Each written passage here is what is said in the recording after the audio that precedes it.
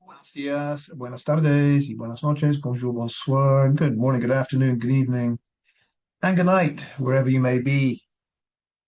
Jay Slater case, and just an update on what has been happening in the Monaco area. We've had our 2 days and pretty much exhausted by having a good look at every corner that place has to offer. But it has been a fantastic weekend. Many thanks for all of those that were offering us great advice on other places that were a lot more reasonably priced than Monaco. But just to make it clear, what we're doing here is we're very interested in an alternative to France as a long-term residency. And I don't know. I've always had this fascination with the European micro-states, San Marino, Andorra, Liechtenstein, Gibraltar, Monaco. They've always San Marino. Did I mention that? They've always fascinated me. Vatican City. Little chance of me becoming Pope, so I don't think residency in the Vatican City is realistic. But yeah, they've always fascinated me, and they are all remarkably safe and rather clean and prosperous little places. So yeah, that's one of the big attractions of Monaco. But is it realistic? Affordability and all the rest of it? I don't know. You've got to weigh up the expensive rental prices. The rest of the prices in Monaco, by the way, are not that high. I mean, if you go out to have breakfast, lunch, or dinner, there's no great difference from what we found. I mean, depends if you're going to be sipping champagne in the casino. Yeah, it's an expensive place, but regular living doesn't seem to be that different from over the border in France. But yeah, Monaco, possibility. Now, I say busy, busy day for me, even busier day, of course, for the accident group, who have been doing nothing more than, of course, trying to report me to the authorities wherever they can. Um, so all those screenshots they talk about of my hurty words and all the rest of it, I'm sure they have been very, very industrious in forwarding all that information to the authorities in Monaco. Only trouble is there are one or two other places that we are also interested in. So the AG going to have their work cut out, sending all of that info to all of the different regulatory authorities across the continent and beyond. Who knows where we will end up? But let's go on to the Jay Slater case. I want to wrap a few things up as far as I can. Annoyingly, in the Jay Slater case, there's very few things that can be wrapped up. That's why we keep having to go back and look at, in the fullness of time, all the aspects of the case because it's hardly ever anything can be wrapped up. And on the contrary, you occasionally get this new piece of information that emerges that reframes everything. And that happened today. I just made a post on justiceforj.com and big thumbs up to everyone who has gone to that site and is participating in the comments, watching the videos, the forums, etc. As I say, I've been busy for the last 2 or 3 days, but next week I really want to get back into Justice for Jay and start putting things out there that we can all participate in and enjoy. But yeah, so I just posted on justiceforj.com a newspaper article or a section of it from July 10th, I think it was, 2024. So this was as the search for Jay was still ongoing. And lo and behold, this newspaper article from a daily called the Provincia, which is based in Las Palmas in the Canaries, it said quite clearly, you can look at it and translate it if you want, it says quite clearly that when Ayub spoke to the woman that was knocking on his door, asking him to move his car, it says Jay then went to speak with another woman, con otra mujer, with another woman. It's quite clear that it says another woman. Now, well, that changes everything. If there's another woman there as a witness involved, who is that other woman? Of course, it could well be that the Provincia newspaper got that wrong. But you always ask yourself, is it that one local newspaper that got it wrong, or did the regular UK press, the Mirror and the Mail, keep churning out stuff that was wrong? Because I find in the Jay Slater case in particular, you only need one rogue reporter or one slovenly, lazy reporter, a la Isla Traquir, um, to say something, and everyone just, parrots whatever she said, and we're all lost. So I always like to think, hey, maybe the one local newspaper that says Jay went and spoke with another woman they might have had a source that got it right. You never know. Well, we can speculate who the other woman might be now. It could have been Araceli, could have been Lucy. I don't know. Who was that other woman hanging around when I was moving the car? I might speculate that on that further, but that's just interesting. And also, a contributor called Rapid Cobra pointed out something that was always on my mind. I never voiced it, but this thing about putting the trainers on. Putting the trainers on, yeah. Ayub says that when he was moving the car, he'd noticed that Jay had put his trainers on and gone outside to talk to the woman or the other woman, whatever the truth is. And yeah, Rapid Cobra pointed out was what's with putting the trainers on? In that, at 7:30, Jay's outside on the step, apparently covered in the blanket, apparently with his trainers on, apparently poking out under the blanket. That's at 7:30. At 7:45, 15 minutes later, 7:50-ish, he's outside talking to the woman or the other woman about the bus times. So that would mean, if Ayub's right about Jay putting his trainers on, that would mean that Jay finished his smoke, went back inside, I guess, took his trainers off, and then a little while later, as the cars were being moved, suddenly decided he needs to go outside and ask about the bus times and puts his trainers back on again. Now, I joked to Rapid Cobra, I joked that, yeah, after 15 vodka shots and, your ket and your ecstasy and your cocaina, that's what you do. You obey Ophelia's house rules, yeah? No wearing of shoes in the Airbnb accommodation, yeah? Slippers only, no shoes. And very obedient that he is, Jay must have thought, oh, damn, got to take the trainers off again. Um, it's highly unlikely, is what I'm saying. It's highly unlikely. Um, Jay wearing trainers when he had it smoked, I would think. Jay in his trainers when he popped back inside. Jay in his trainers when he came out and asked, what's all this about putting his trainers on? The only thing I can think about is that's Ayub again mixing up another night and another morning, or Ayub trying to convince us that good old Jay had had a good night's sleep, that he really had been on the sofa, tucked up, having a puff on his, what was it, Camel cigarette, no shoes on. Yeah, I don't think so. I don't think so. I'm with Rapid Cobra on this. The whole put his trainers on is either made up or it's as it seems normal with I confusing one day with another, I would think. Things I wanted to wrap up.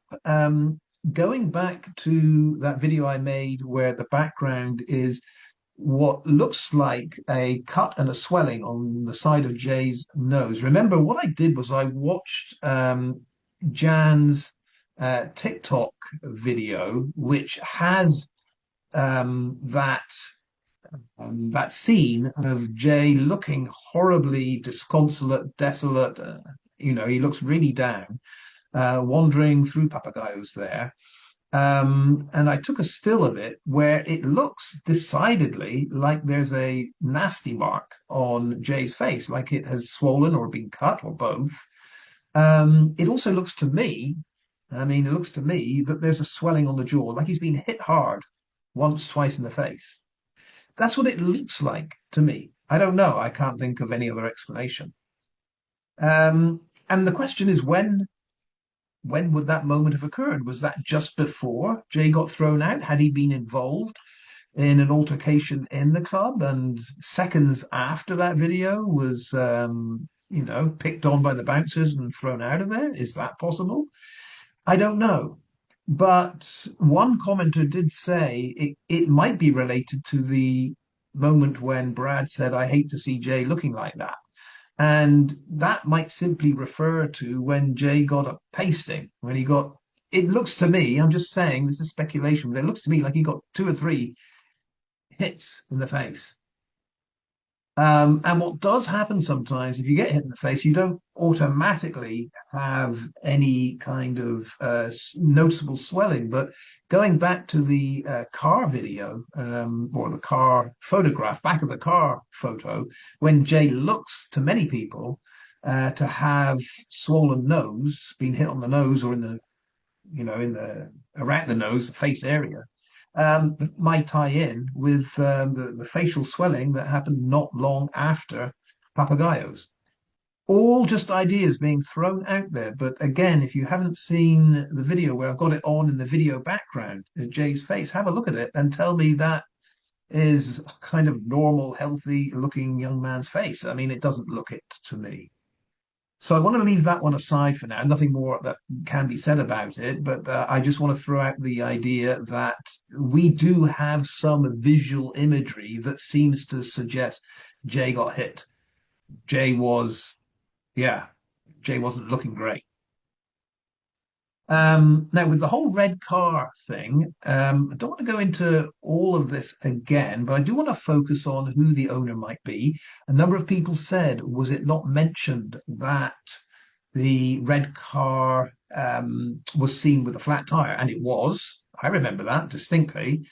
And I do remember the red car being a presence there, not only week after week, but month after month. It even appears in the Google Street View photo from September of 2024. So we know that red car is like a permanent fixture there.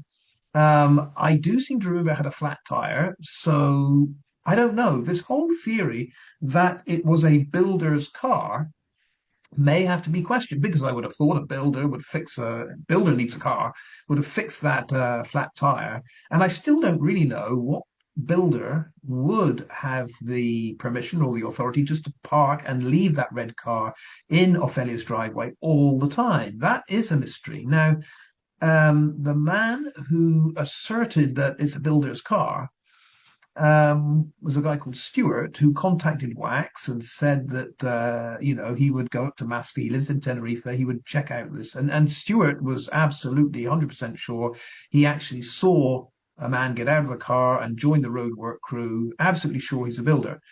So I managed to get Stuart's email address, and I wrote to him the other day, 2 or 3 days ago now, and said, Stuart, just want to check as per your information that you sent to Wax, I think it was, about this red car being a builder's car. Are you sticking with that? Can you confirm that? Just want to know if, just want to confirm that's what you said, that's what you think. No answer. No answer yet from Stuart. I mean, Stuart, we don't know. Stuart could be anyone. Stuart could be Chris Pennington, for all we know, trying to get us on the wrong track. Stuart could be Honest Stew, and he'll answer me and, confirm or deny, or I don't know. But if you remember in that video, I said that he was in conversation, online chat with Zed, who sounds remarkably like Mark. Some of you said Mark sounds remarkably like Luggy. I agree. I agree. The way Mark and Luggy write, very similar, but I don't think Luggy is a resident of Masca because this is what Zed or Mark keeps claiming. I live in Masca. I'm in Masca. I don't think that is Luggy. I mean, Luggy would stand out like a sore thumb in Masca, obviously.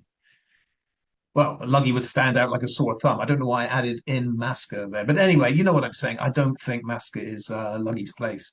And Zed and Mark, whoever they are, they just seem to want to milk for as much as they can the idea that they happen to live in the Airbnb these days. And they go to Jay's memorial and they leave flowers and loving messages, etc. They just seem to want the world to know that. I'm not sure there's anything beyond Z or Mark beyond that. There might be, but don't know. Don't know. What else about the red car?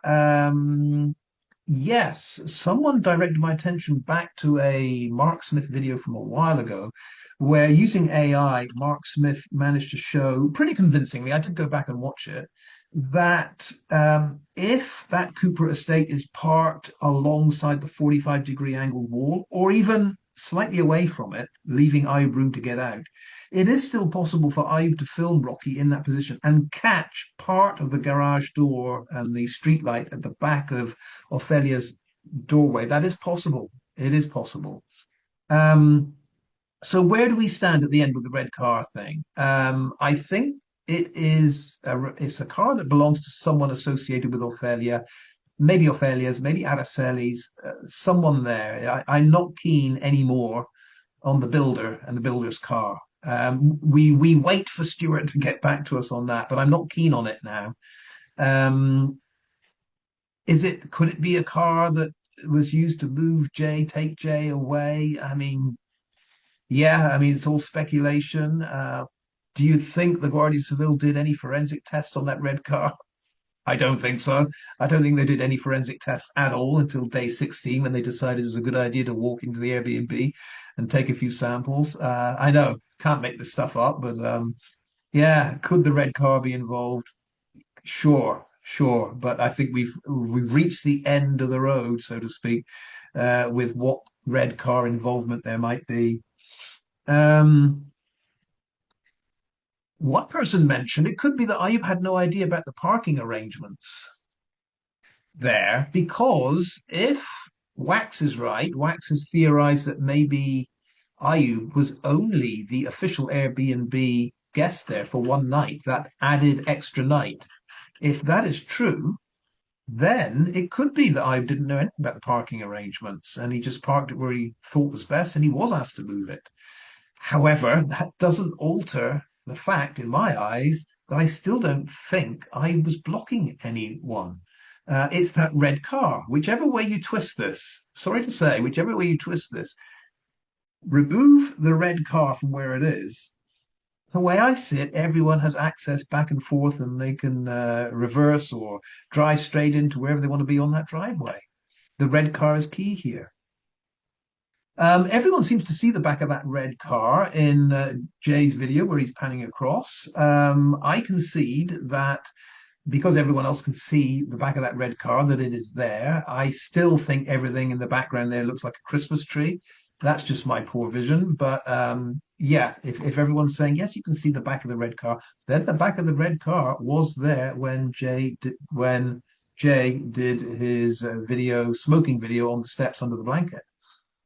All right. I have rambled on enough trying to clear up things, but no doubt have made things much, much murkier, giving my 2 cents worth there. All right.